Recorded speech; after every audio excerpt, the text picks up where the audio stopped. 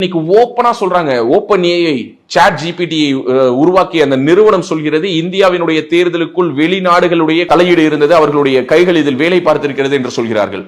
இஸ்ரேலை சேர்ந்த ஒரு நிறுவனம் இந்தியாவில் மக்களுடைய அந்த எமோஷன்ஸை ஹிட் பண்ற மாதிரியான அட்வர்டைஸ்மெண்ட்ஸை கிரியேட் பண்ணி இந்தியாவுடைய எலெக்ஷனை சீர்குலைக்கணும். எனக்கு ஒரே ஒரு கேள்விதான், சைனாவுக்கு இந்தியாவுடைய தேர்தலை சீர்குலைக்கிறதுல என்ன லாபம் இருக்க போது? ஏன் இஸ்ரேலை சேர்ந்த நிறுவனத்துக்கு யார் ஃபண்ட் பண்ணணும்? ஏன் அந்த நிறுவனம் இஸ்ரேலை சேர்ந்த நிறுவனம் பிஜேபி தோக்கணும் காங்கிரஸ் ஜெயிக்கணும் ஏன் நினைக்குது? தலைவர் வலிமையா இருக்கிறது அவங்க பிடிக்கும். அதான் உண்மை.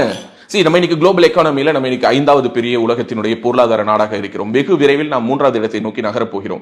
இப்படிப்பட்ட ஒரு வளர்ச்சி இந்தியாவில் நிகழ்வதை இங்கு இருக்கக்கூடிய உலக நாடுகள் விரும்பவில்லை. நம்மளை சுத்தி இருக்கக்கூடிய அத்தனை பேருமே நமக்கு எதிரியா தானே இருக்கான்.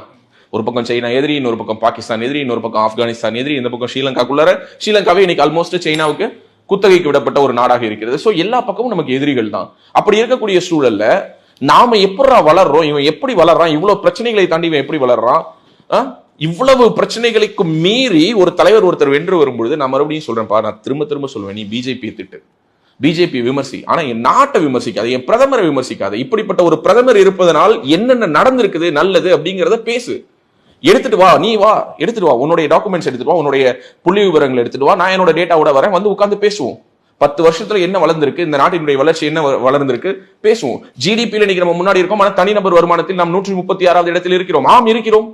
அதை முன்னுக்கு கொண்டு வர வேண்டும். 140 கோடி பேர் இருக்கான்.